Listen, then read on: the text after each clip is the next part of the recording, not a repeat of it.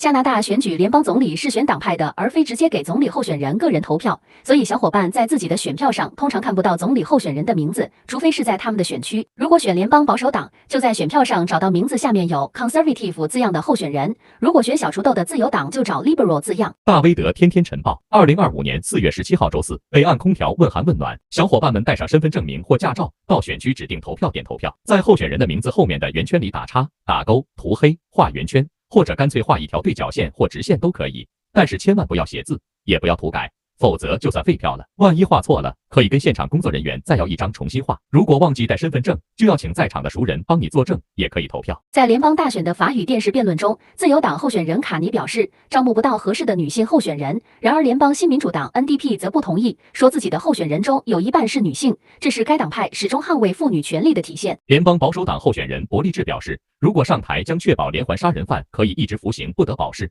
这也是一些保护囚犯人权组织强烈反对的联邦保守党严厉打击犯罪的政策，也是广大选民期待的。魁人政团则批评卡尼政府沿用小除豆政府同样的部长、同样的内阁，坚持同样的理念和意识形态，不会受到魁北克人民的喜欢。魁人政团一直抨击卡尼的履历未经证实，也没有任何政治经验。据央视网报道，第137届广交会在广州拉开帷幕。根据截至今天中午的最新数据，已有来自全球216个国家和地区的超过11万名境外采购商到会，较第135届同期增长了10%。社团简讯：北岸空调专业提供西北温地区空调热泵供暖及管道工程服务、检修服务、维护安装，免费上门评估。炎炎夏日的温哥华如何度过？今天就提前预约，计划清凉解决方案了。电话236-863-7766或者电邮咨询详情。大威德天天晨报由大威德登山队社团和德国 PM 全效营养素 Niki 团队特别支持播出。